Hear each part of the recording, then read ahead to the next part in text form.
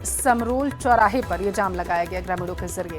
फिलहाल मौके पर कोई अधिकारी नहीं पहुंचा है, ऐसी जानकारी निकलकर सामने आई है, लेकिन फिर भी ग्रामीण अपनी मांगों को लेकर के डटे हुए हैं। तस्वीरें भी आपको दिखा रहे हैं, बड़ी संख्या में बच्चे, बुजुर्ग, युवा, महिलाएं सड़कों पर डटी हुई हैं।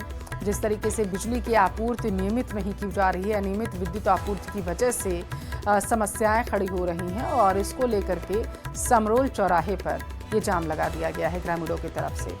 झालावाड़ से इस वक्त की बड़ी खबर है, खराब हो चुके ट्रांसफार्मर को भी बदलने की मांग इनकी तरफ से की जा रही है। हालांकि बताया जा रहा है अभी तक कोई प्रशासनिक अधिकारी इनकी मांगों को सुनने के लिए वहां नहीं पहुंचा है।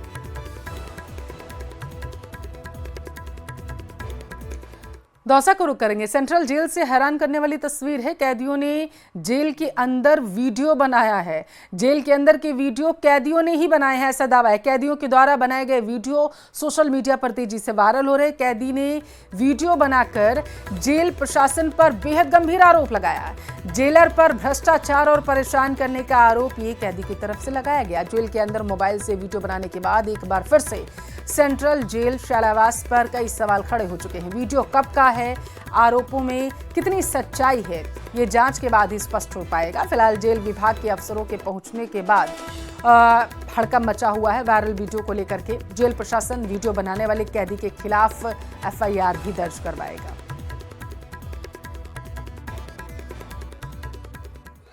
और ये वही विकास बागोरिया जेलर है जिसने अभी अभी हरियाणा के बंदियों को सेल से काटने के 50,000 रुपये लिए हैं। और उनसे अभी कुछ ही दिन में अभी यहाँ एक मुलाकात आई थी हरियाणा से, तो वो लाइन गार्ड द्वारा उनको सूचित करके पापड़दा थाना को पकड़ाया था। और वो इस जेलर के लिए दारू, बियर, ये मटन ये लेके आए थे और फिर उनको वहाँ से इसने ही छुड़वाया था। फुल भ्रष्टाचार कर रखा है इसने। ये शालावास जेल में ही है। एक बार फिर सेंट्रल जेल शालावास विवादों के घेरे में है और अब एक वीडियो सामने आया है। वीडियो एक कैदी के द्वारा बनाया गया है और यह वीडियो सोशल मीडिया पर वायरल हो रहा है। और इस वीडियो में जो कैदी है वो जेलर पर गंभीर आरोप लगा रहे हैं, भ्रष्टाचार के आरोप लगाए जा रहे हैं और परेशान करने के आरोप लगाए हैं। लेकिन जिस तरह जेल के अंदर बार बार मोबाइल मिलते हैं और अब पहली बार इस जेल का वीडियो सोशल मीडिया पर वायरल होता नजर आ रहा है, तो निश्चित रूप से जेल में सुरक्षा पर बड़े सवाल खड़े हो रहे हैं। क्योंकि दौसा की इस सेंट्रल जेल शालावास में 2 बार मुख्यमंत्री भजनलाल शर्मा को धमकी भी मिल चुकी है और कई बार मोबाइल मिलने की घटनाएं हो चुकी हैं। यहाँ पर जो एनडीपीएस के जो सामान होते हैं, जैसे नशे की सामग्री भी ले जाने का प्रयास किया गया था। यानी कई बार ऐसे विवाद इस जेल से जुड़े हुए हैं। हम दौसा के सेंट्रल जेल शालावास में हैं। हालांकि जेल प्रशासन ने ऑन कैमरा किसी भी तरीके से बोलने से मना किया है, लेकिन उनका ये कहना है कि जो कैदी के द्वारा जो वीडियो बनाया गया है उसमें जो आरोप लगाए गए हैं वो पूरी तरह निराधार हैं। पिछले कुछ महीने से जो सख्त एक्शन लिया गया है, कुछ जो कैदी हैं उन्हें यहाँ से ट्रांसफर किया गया है। बार बार तलाशी अभियान के दौरान मोबाइल मिले हैं, क्योंकि मुख्यमंत्री भजनलाल शर्मा को धमकी मिलने के बाद रेगुलर तलाशी अभियान चलाया जा रहा है और इसी के कारण जो यहाँ के जो कैदी हैं वो परेशान हैं। और फिर इस तरह के मोबाइल मिलने की घटनाएं या धमकी मिलने की घटनाएं या वीडियो वायरल होने की घटनाओं पर रोक लगेगी। आशीष शर्मा, न्यूज़ 18, शालावास, दौसा। छात्रों के विरोध प्रदर्शन के बीच छात्र संघ चुनाव बहाली को लेकर के हाईकोर्ट ने राज्य सरकार और राजस्थान विश्वविद्यालय से जवाब मांगा, जिस पर अब अगली सुनवाई 1 अगस्त को होगी। हालांकि छात्रों को विरोध जो है वो मंगलवार को भी जारी रहा है। जो छात्रों का विरोध था, अजमेर में एनएसयूआई ने लोकतंत्र की शव यात्रा निकाली, वहीं श्री गंगानगर में छात्रों ने उपखंड कार्यालय के बाहर प्रदर्शन किया है।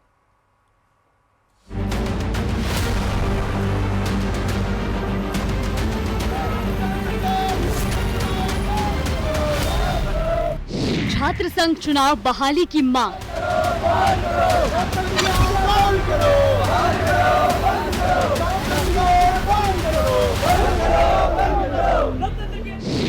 हाईकोर्ट ने राज्य सरकार से मांगा जवाब।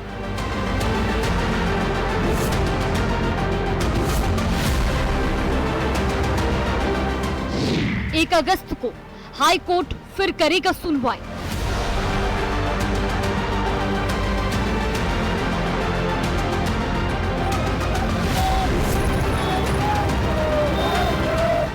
हर रोज अलग अलग इलाकों से छात्रों के प्रदर्शन की तस्वीरें आ रही हैं। मांग भी एक ही है, छात्र संघ चुनाव बहाल किए जाएं। छात्र अपनी तरफ से हर वो कदम उठा रहे हैं जिससे छात्र संघ चुनाव की उनकी मंशा पूरी हो जाए।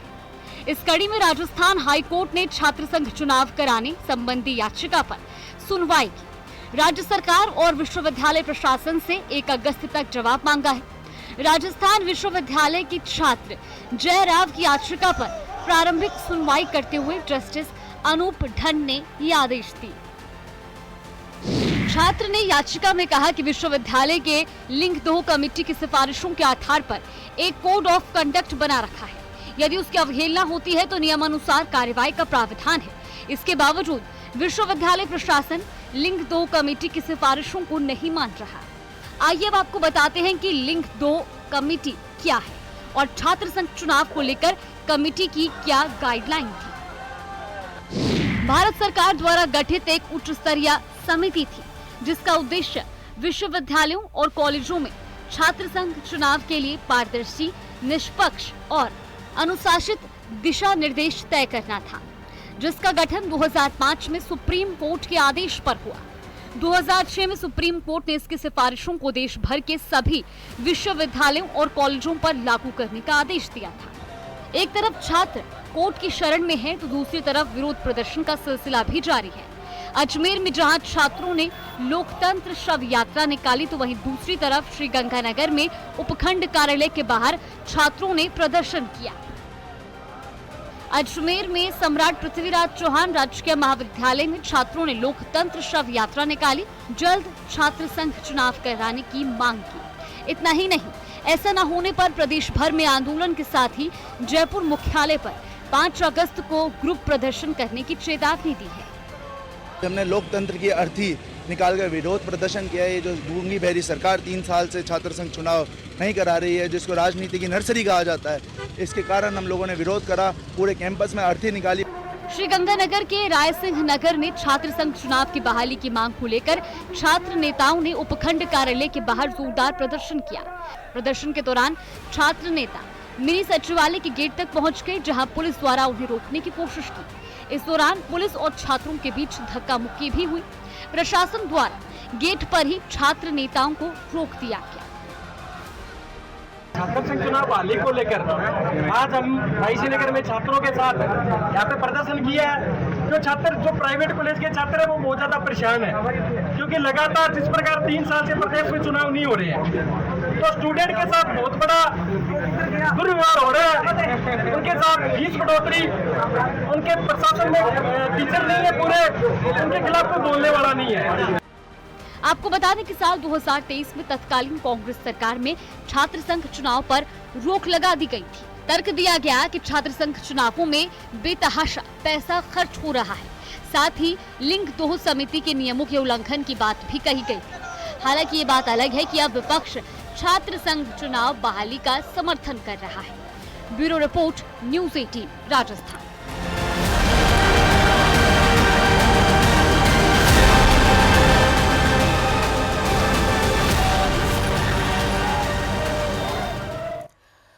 रावला हॉस्पिटल के 2 कर्मचारियों के साथ मारपीट की गई है। श्रीगंगानगर से बड़ी खबर है। बताया जा रहा है मेडिकल स्टोर संचालकों पर मारपीट का आरोप है।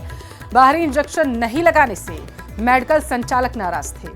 सुबह जैसे ही कर्मचारी पहुंचे हॉस्पिटल, कुछ मेडिकल स्टोर संचालकों ने हाथापाई की है, ऐसा आरोप निकलकर सामने आया है। देखिए, श्रीगंगानगर से बड़ी खबर है, जहां पर बताया जा रहा है कि कुछ मेडिकल स्टोर संचालकों की तरफ से हाथापाई की घटना को अंजाम दिया गया। सुबह जैसे ही कर्मचारी हॉस्पिटल पहुंचे तो उनकी तरफ से हाथापाई की गई है, मारपीट की गई है। बताया जा रहा है कि बाहरी इंजेक्शन नहीं लगाने से मेडिकल संचालक नाराज थे, जिसके बाद उन्होंने उनकी पिटाई कर दी। मेडिकल स्टोर संचालकों पर मारपीट का बेहद गंभीर आरोप है। रावला हॉस्पिटल की यह घटना 2 कर्मचारियों के साथ मारपीट की गई। श्रीगंगानगर से बड़ी खबर है आपके टेलीविजन स्क्रीन पर। करौली से बड़ी खबर है। मंडरायल करणपुर क्षेत्र में चंबल का जलस्तर लगातार बढ़ता जा रहा है। चंबल का जलस्तर बढ़कर 167.86 मीटर पहुंच चुका है। चंबल का खतरे का निशान 165 मीटर पर है, जो अब लगभग पूरी तरीके से पहुंच चुका है। वहां पर खतरे के निशान के ऊपर जलस्तर। चंबल नदी लगभग 2 मीटर खतरे के निशान से अब ऊपर बहने लगी है। रांचोली गांव से 50% से ज्यादा आबादी को शिफ्ट कर दिया गया है। एहतियात के तौर पर प्रशासन की तरफ से फैसला लिया गया। अन्य प्रभावित गांवों के लोगों से भी समझाइश का दौर लगातार जारी है। समझाया जा रहा है उन्हें कि सुरक्षित स्थानों पर जाएं, क्योंकि जलस्तर लगातार चंबल का बढ़ता जा रहा है। और ऐसे में अगर बारिश इसी तरीके से होती रही, जैसा प्रशासन की तरफ से लगातार जानकारी दी जा रही है और मौसम विभाग की तरफ से अलर्ट जारी किया गया, तो हालात और ज्यादा बिगड़ सकते हैं। यही वजह है कि अन्य प्रभावित गांवों से लोगों से संपर्क किया जा रहा है। कोटा की दरा घाटी में जाम लगने से वाहन चालकों को भारी परेशानी हो रही है। दरा घाटी में जाम के चलते कोटा से भोपाल, झालावाड़, मनोहर थाना जाने वाली रोडवेज की बसों को रद्द किया गया। जाम के चलते रोडवेज बसों के यात्री 8 से 10 घंटे तक जाम में फंसे रहे। यात्रियों को भारी परेशानी भी हो रही है। ऐसे में अब रोडवेज की बसों को फिलहाल रद्द कर दिया गया। जाम को देखते हुए दरा घाटी में 3 शिफ्टों में पुलिस का अतिरिक्त जाब्ता भी तैनात किया गया। हालांकि कई वाहनों को कन्वास होकर चलाया गया था, लेकिन यह मार्ग भी बारिश के चलते इन दिनों अवरुद्ध है। डिसिप्लिन नहीं तोड़े, अपनी जो लेन है उसी से निकले। कई गाड़ियां खासकर 4 व्हीलर आगे निकलने के चक्कर में भाग के सामने वाले जो लेन है उसमें जाम लगा देती है। तो ऐसा नहीं करें, ओवरटेक नहीं करें। पावर के पास भी एक नदी ओवरफ्लो हो रही है। इसी तरह से इधर बूढ़ादी साइड में भी कुछ जगह रोड पे ओवरफ्लो हो चुका है, तो लोग नदी नालों में नहीं जाए। यहाँ रुकते एक छोटे